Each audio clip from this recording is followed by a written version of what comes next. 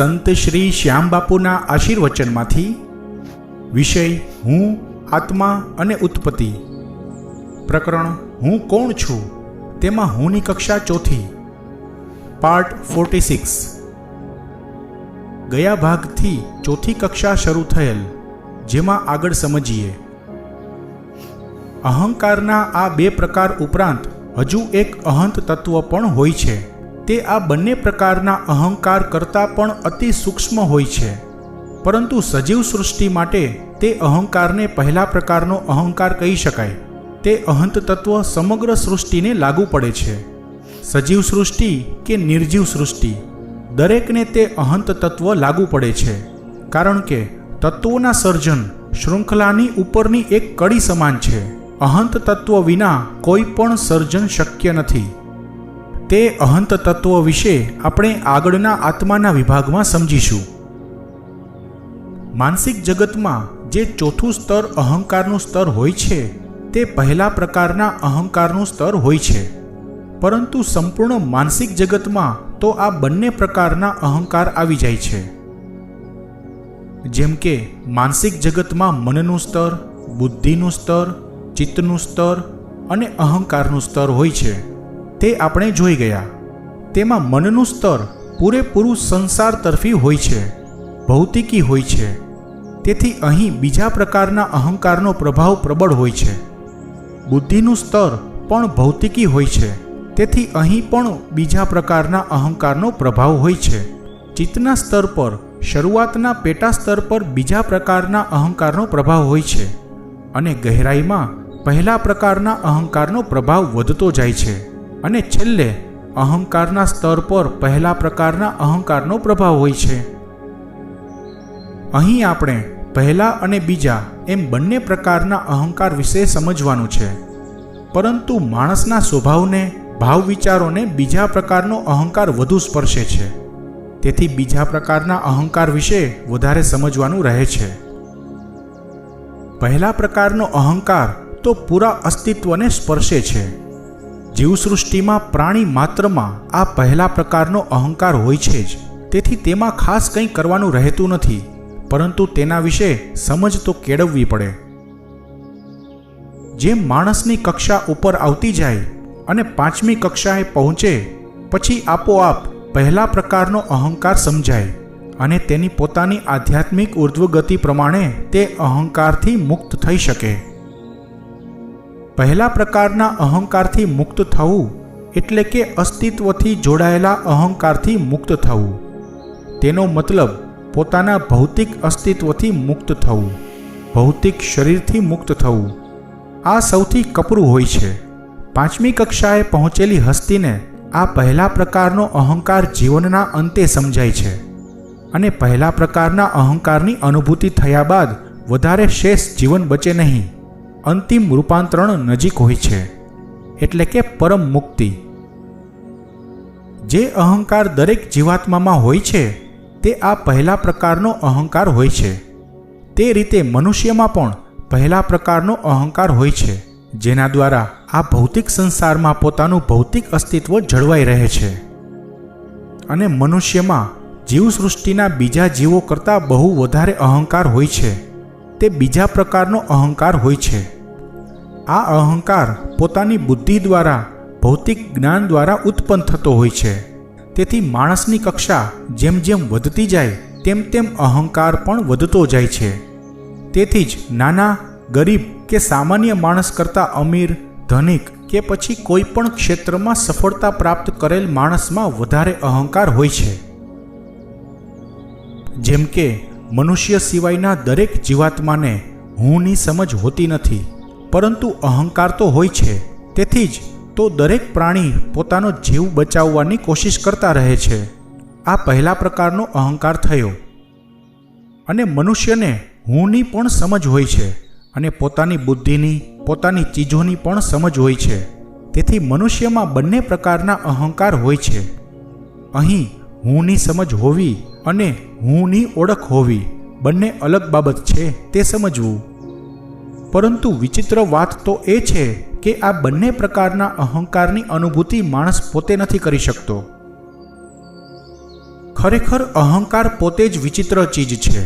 હું અહંકારને અહંત તત્વથી ઓળખાવું છું. અહંકારને અહંત તત્વ શા માટે કહેવું જોઈએ તે વિશે આગળ સમજીશું. આવું આ અહંત તત્વ એટલે કે અહંકાર વિચિત્ર તો છે, સાથે સાથે અહંકાર સમજવો પણ અત્યંત કઠિન છે.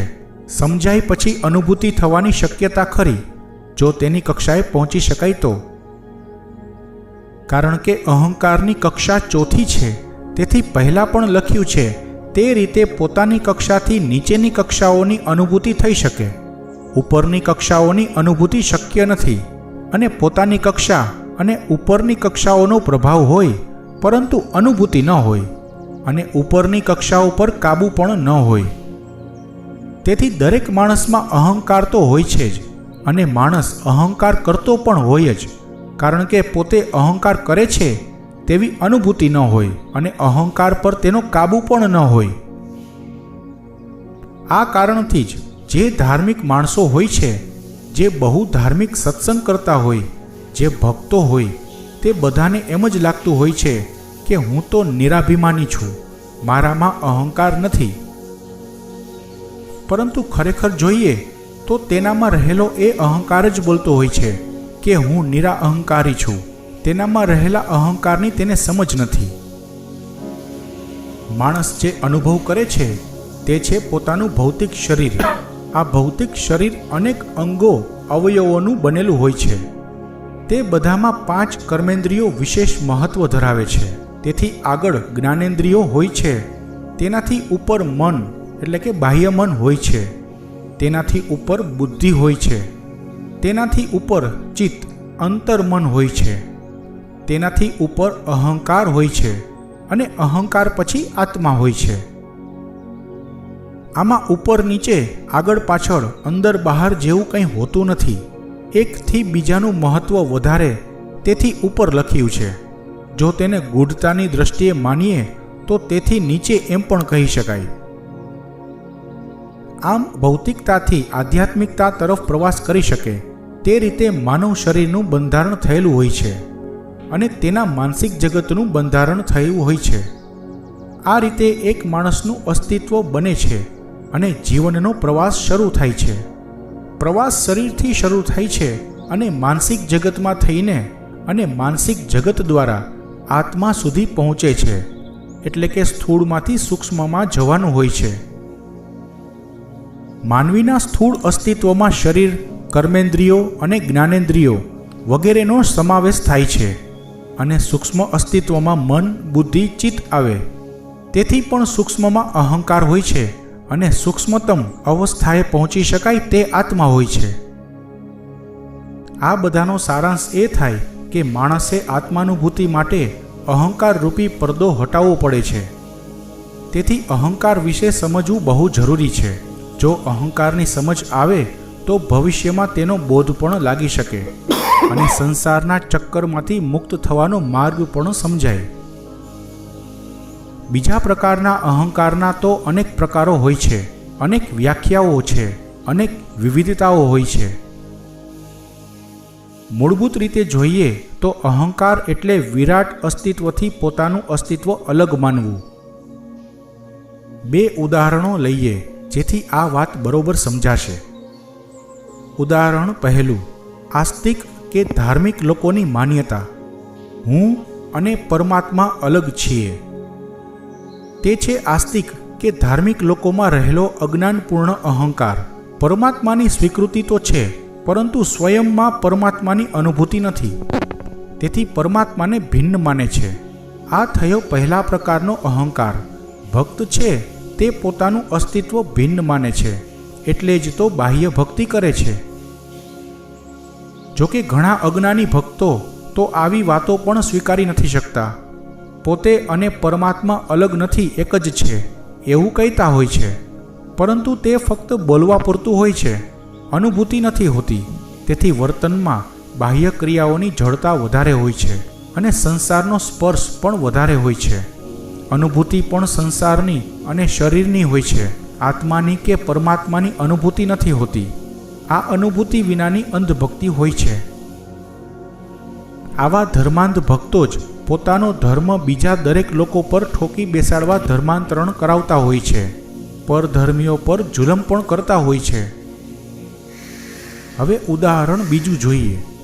નાસ્તિક કે નિરીશ્વરવાદી લોકોની માન્યતા. પરમાત્મા જેવું કશું જ નથી.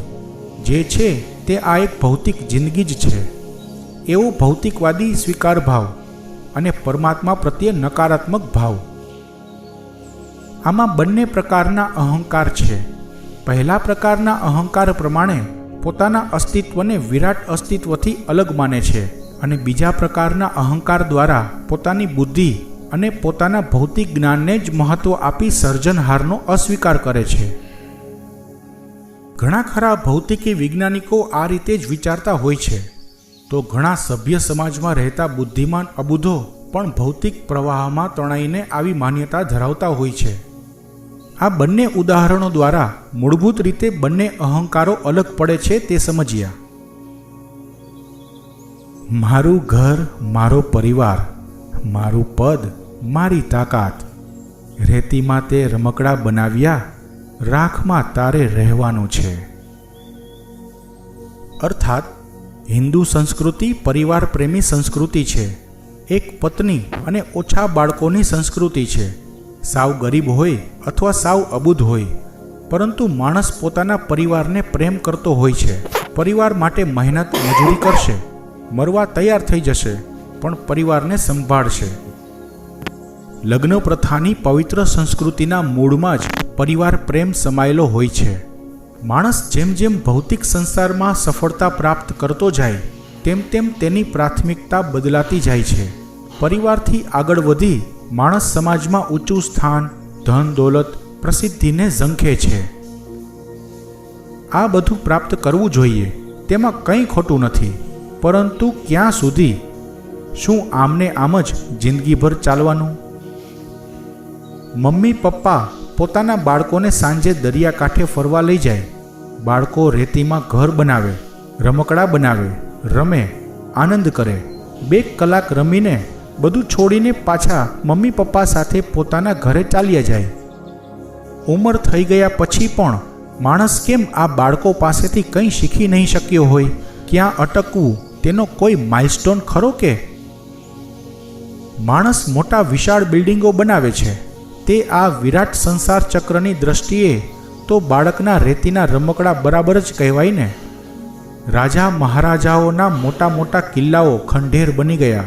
તમારા બિલ્ડિંગોની આવરદા તો તેના કરતાં ઓછી ને. આવતા અંકમાં હું કોણ છું પ્રકરણમાં હુંની કક્ષા ચોથી ચાલુ રહેશે.